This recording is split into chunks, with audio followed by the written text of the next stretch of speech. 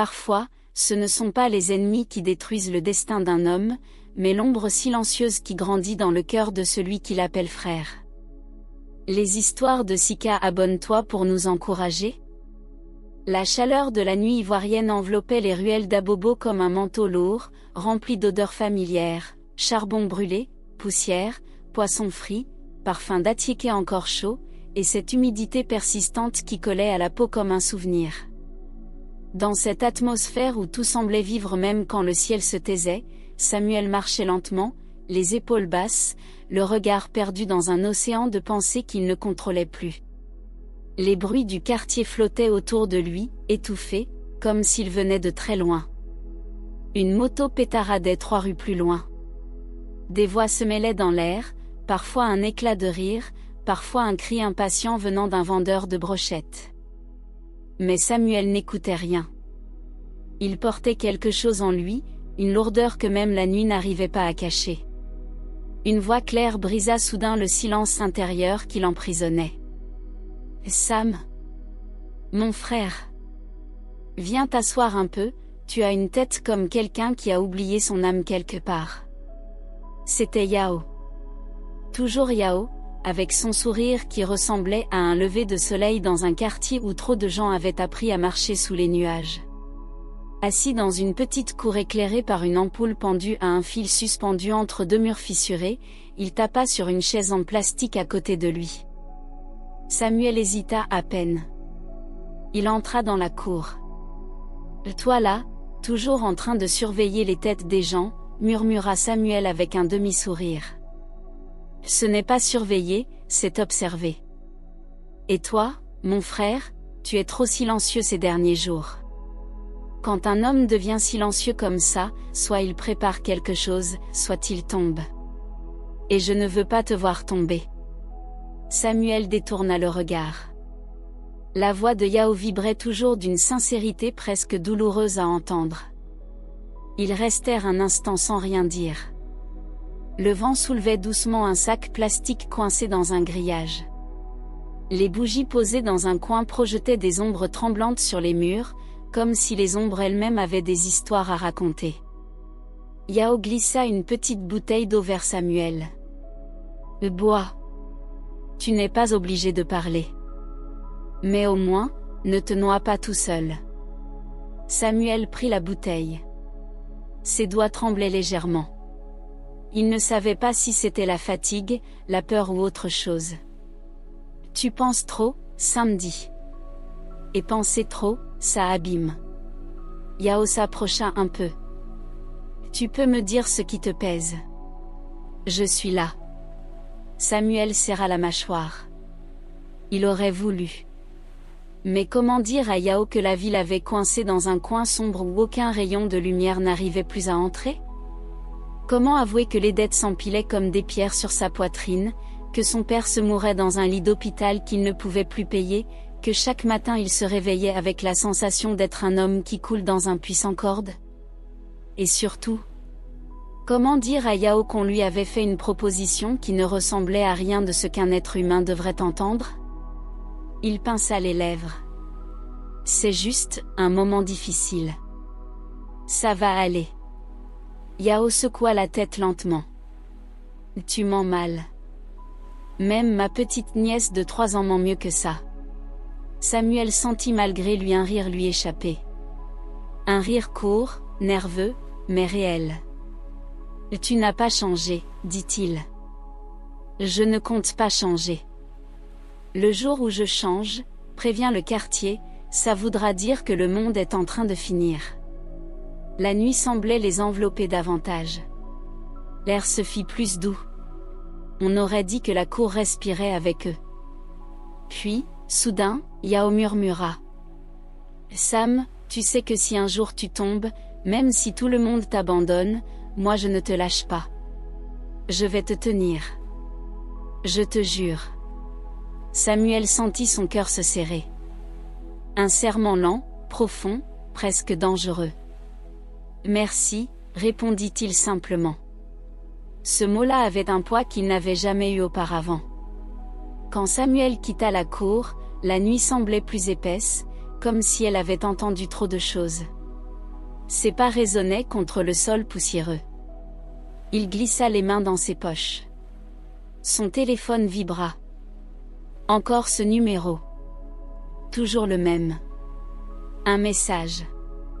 Ce soir. Minuit. Le choix doit être fait. Samuel ferma les yeux. Il ne répondit pas. Il accéléra le pas, comme pour fuir quelque chose qui le suivait de près mais qu'il n'osait pas affronter.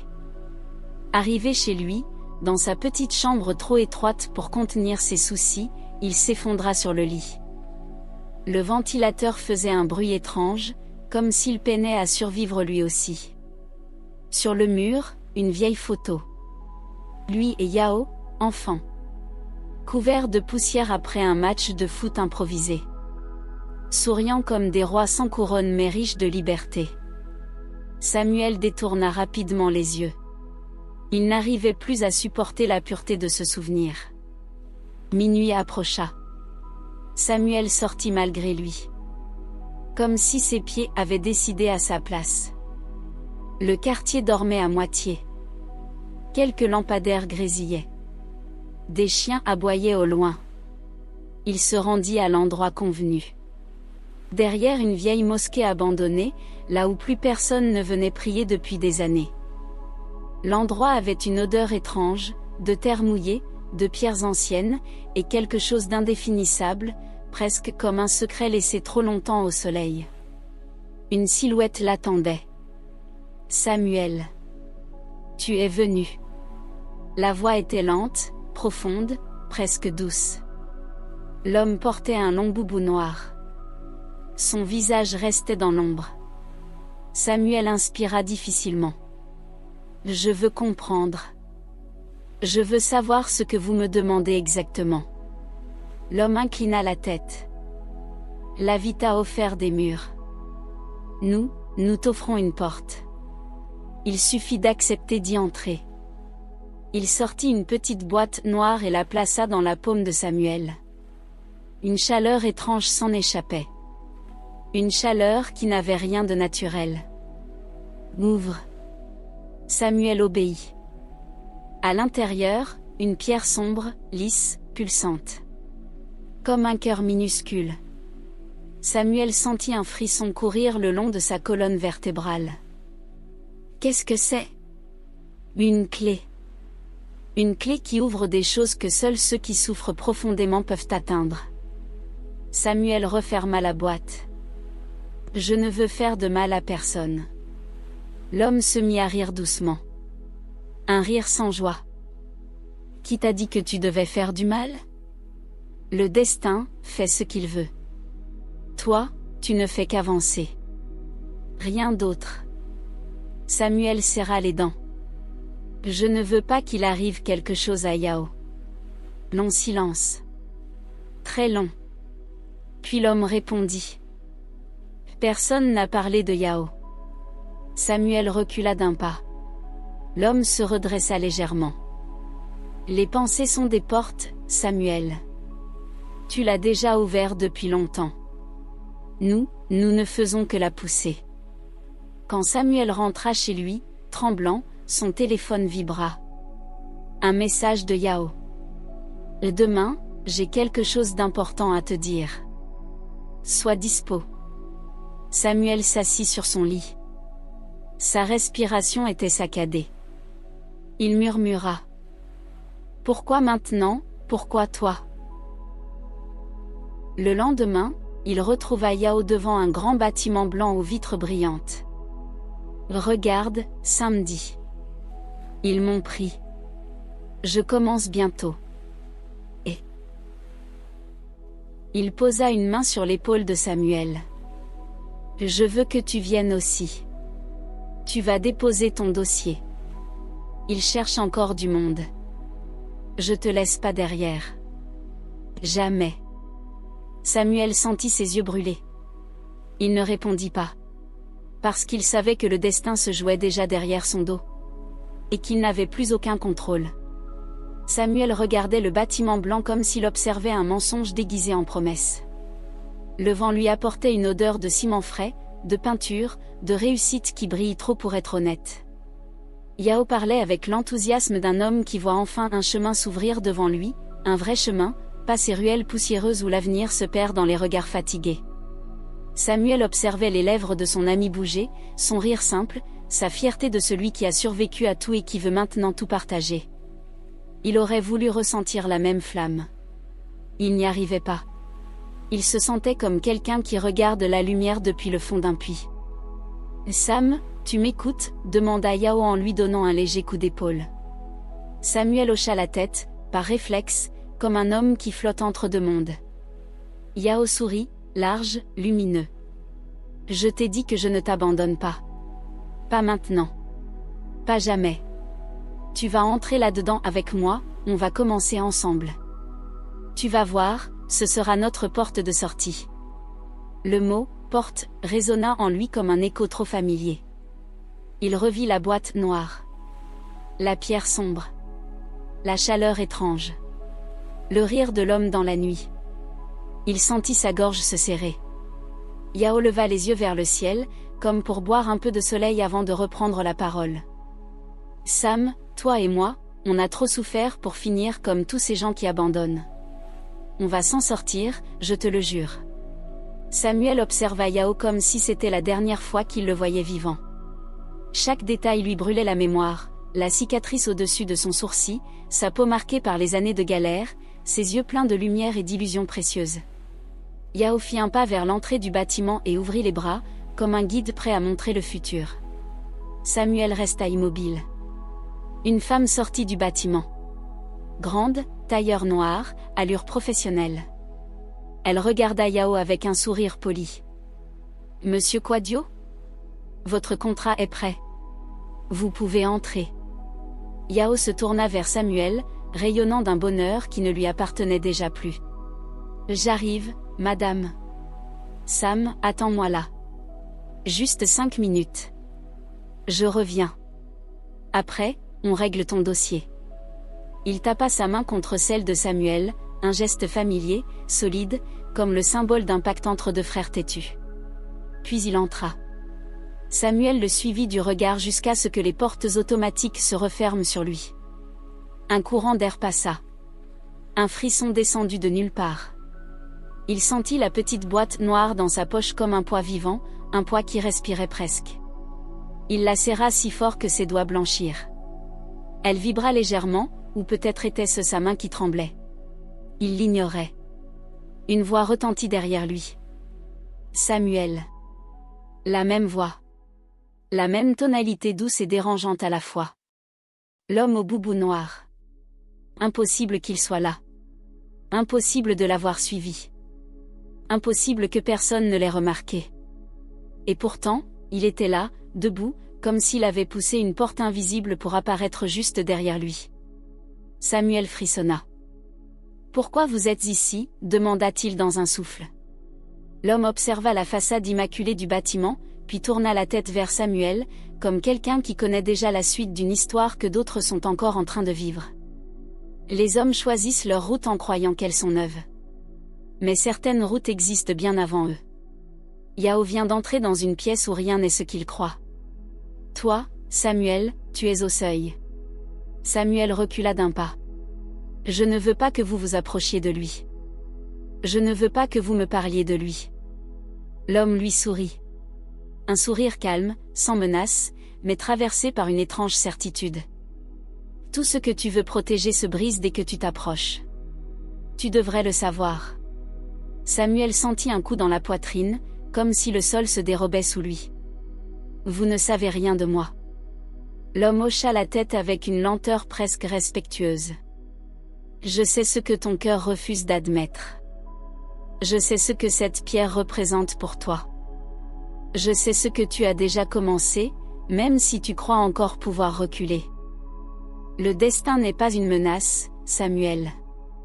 C'est un miroir. » Samuel inspira profondément, essayant d'arrimer ses pensées qui se dispersaient. « Je n'ai accepté rien du tout. Tu as ouvert la boîte. » Samuel sentit un choc. Un souvenir rapide, ses doigts sur le couvercle, la pierre sombre pulsant. Juste une ouverture. Un geste. Ça ne veut rien dire, dit-il d'une voix cassée. Ça veut dire que tu as laissé entrer quelque chose. Et quand quelque chose entre, quelque chose doit sortir. Samuel porta la main à sa poitrine comme si un objet invisible s'y était logé. Qu'est-ce que vous voulez de moi? L'homme s'approcha. Ses pas ne faisaient aucun bruit. Pas même le frottement du tissu. Rien. Il s'arrêta juste devant Samuel, si près qu'un autre aurait senti l'odeur d'un parfum, mais cet homme-là n'en portait aucun. Je veux que tu comprennes que ce qui arrive à Yao ne dépend plus de lui. Ni de toi. Chaque lumière attire son ombre. Chaque promesse cache son prix.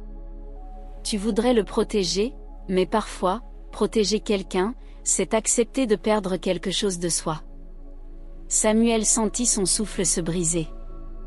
Ne touchez pas à Yao. Personne ne le touche. Il marche simplement vers sa propre vérité. Toi, Samuel, marche vers la tienne. L'homme posa un doigt invisible sur l'air devant Samuel. La petite boîte vibra dans sa poche. Une chaleur monta le long de sa jambe. Quand il ressortira de ce bâtiment, tu ne le reconnaîtras plus. Pas parce qu'il changera, mais parce que toi, tu seras déjà ailleurs. Une larme échappa à Samuel. Il n'avait même pas senti qu'elle montait. L'homme recula d'un pas, comme s'il avait terminé quelque chose. Le choix est simple, avancer, ou regarder mourir ce que tu as trop tardé à protéger. Samuel voulut parler. Il n'en eut pas le temps. Une sirène retentit dans le bâtiment blanc. Un bruit sec, brutal, inattendu. Du mouvement derrière les vitres. Des silhouettes qui courent. Samuel sentit son cœur s'arrêter. Yao était dedans. Il fit un pas en avant, prêt à courir. L'homme posa doucement une main invisible sur son épaule. Un contact sans poids mais impossible à ignorer. Quand une porte se ferme, une autre s'ouvre. Toi, quelle porte choisis-tu? La sirène résonna encore. Un grand bruit de chute. Un cri étouffé. Puis plus rien. Samuel se mit à courir. Le destin venait de commencer. Samuel courait à travers les rues d'Abobo, ses pas martelant le sol comme des tambours pressés par le destin. La petite boîte noire vibrait dans sa poche, brûlante, presque vivante, et il la serrait comme si sa vie en dépendait. L'air lui semblait plus épais, chargé de cette présence invisible qu'il avait sentie derrière lui, dans la nuit. Il tourna brusquement dans une ruelle étroite et sentit une odeur de terre humide et de bois brûlé. Des voix murmuraient au loin, mais il n'arrivait pas à distinguer les mots. Chaque son semblait se fondre dans un battement de cœur qui résonnait dans ses tempes. Puis, devant lui, une silhouette surgit. Pas un voleur, pas un ami. Juste une silhouette tremblante de lumière et d'ombre. Ses yeux brillaient d'un éclat étrange. Samuel s'arrêta net, le souffle court. La pierre dans sa poche s'éclaira d'une lueur sombre, pulsante, comme un avertissement. Samuel, dit une voix douce mais ferme. Il reconnut le timbre. Yao. Mais ce n'était pas tout à fait Yao. Ses traits étaient plus nets, presque irréels, et une intensité le traversait qui ne lui appartenait pas tout à fait. Yao, murmura Samuel, incertain s'il devait l'avancer ou reculer. Je ne suis plus tout à fait moi, répondit Yao. Pas depuis que je suis entré là-dedans. Je ne voulais pas te faire peur. Samuel sentit son cœur se tordre. Il aurait voulu crier, l'embrasser, comprendre. Mais les mots mouraient dans sa gorge. Écoute-moi, Sandy. Il y a des choses que tu ne comprends pas encore, la pierre que tu tiens, elle n'est pas seulement une clé. Elle est un lien. Et nous avons déjà franchi un seuil dont nous ne pouvons plus revenir. Samuel recula d'un pas, sentant ses genoux se dérober. Un lien avec quoi? Yao tourna légèrement la tête, ses yeux captant la lueur des lampadaires, mais avec une profondeur qui semblait avaler la nuit. avec le futur, et avec ce que nous étions censés éviter. Le monde que nous connaissions, il n'existe plus pour nous. Chaque choix que nous faisons ici, chaque pensée, chaque souffle, change quelque chose que nous ne pouvons pas voir. Samuel sentit une peur ancienne remonter, celle qu'il croyait avoir laissée derrière lui dans l'enfance. Il pensa au rire de Yao, aux promesses, aux souvenirs de leur amitié. Et maintenant tout semblait fragile, suspendu au battement d'une pierre noire dans sa poche. « Pourquoi moi » murmura-t-il. « Pourquoi maintenant » Yao baissa les yeux. « Parce que tu n'as jamais choisi de fuir. Et ceux qui ne fuient pas, finissent par décider pour tous les autres. » Samuel leva la tête. La lune était pleine, ronde, suspendue comme un témoin silencieux. Il sentit un frisson parcourir sa colonne vertébrale. Puis il vit les ombres autour de lui s'allonger, se courber, former des silhouettes mouvantes qui semblaient l'observer, l'attendre. Et dans le murmure du vent, il entendit des mots qui n'étaient pas prononcés mais qui traversaient sa conscience. Le destin n'est pas une menace. C'est un miroir. Samuel comprit alors que sa vie avait basculé. Pas demain, pas hier. Maintenant. Ici, dans cette ruelle. Et que quoi qu'il fasse, il ne pourrait plus jamais revenir en arrière. Il serra la boîte contre sa poitrine, la pierre pulsant comme un cœur étranger. Je ne sais pas quoi faire. Il n'y a rien à faire. Seulement à être, répondit Yao. Samuel sentit une chaleur étrange monter de ses pieds à sa tête, et un vent léger passa, soulevant la poussière et les papiers autour d'eux. Une sorte de vibration parcourait le sol. Comme si la ville elle-même respirait en eux. « Tu dois choisir » murmura Yao. « Pas pour toi, pas pour moi, mais pour ce que nous sommes devenus. » Samuel inspira profondément. Il comprit qu'il n'y avait plus de sécurité, plus de retour, plus de lumière simple. Il y avait seulement cette pierre, ce lien, et la décision de franchir ou non le seuil invisible qui s'était ouvert devant eux. Le vent s'intensifia, faisant bruisser les feuilles et les morceaux de plastique. Et dans ce souffle, une voix qu'il ne reconnut pas mais qui semblait venir de l'intérieur de lui murmura. « La peur est le portail. Traverse-la. » Samuel ouvrit la boîte. La pierre noire brûlait sa paume. Il sentit alors quelque chose bouger, un flux, un passage. Il leva les yeux vers Yao, qui lui tendait la main. « Prends ma main, ou reste seul. » Samuel ferma les yeux. Son souffle se mêlait à celui de la nuit. Son corps entier tremblait, pas de froid, pas de frayeur, mais d'un vertige étrange, celui de se tenir au bord de quelque chose d'immense. Ses doigts rencontrèrent ceux de Yao. La pierre pulsa plus fort. La nuit autour d'eux se mua en ombre vivante, et Samuel sentit un vertige de conscience, comme si chaque souvenir, chaque peur, chaque espoir passait à travers lui en un instant. Et dans cet instant, il sut, il n'y aurait plus jamais de retour. Les doigts de Samuel serrèrent ceux de Yao avec une intensité presque douloureuse. La pierre noire vibrait comme si elle avait sa propre volonté. Les murs de la ruelle semblèrent se dissoudre autour d'eux, laissant place à une obscurité douce, presque liquide, où le temps n'avait plus de prise. Samuel sentit son souffle se mêler à celui de Yao, comme deux rivières se rejoignant pour devenir un seul courant. Un éclat surgit de la pierre, un éclat sombre mais lumineux, et l'air autour d'eux se plia, comme si la nuit elle-même s'inclinait devant ce lien nouveau, ancien et interdit à la fois. Samuel sentit ses pensées se mélanger avec celles de Yao, un flot d'émotions, de souvenirs, de désirs et de peurs qu'aucun homme n'aurait dû porter en lui. Et dans ce vertige, il comprit qu'ils n'étaient plus seulement deux garçons d'Abobo. Ils étaient quelque chose de plus vaste, quelque chose que le monde ne pouvait ni comprendre ni contenir. Puis, comme si le temps revenait à lui-même, la pierre s'apaisa.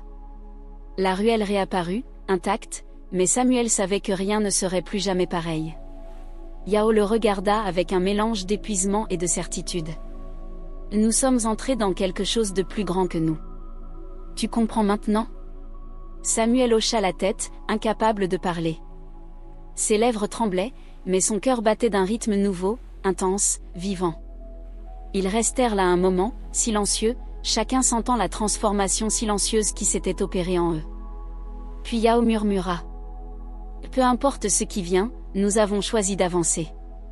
Et parfois, avancer, c'est tout ce que la vie nous permet. Samuel inspira profondément. La peur était toujours là, tapie quelque part dans ses entrailles, mais elle n'était plus paralysante.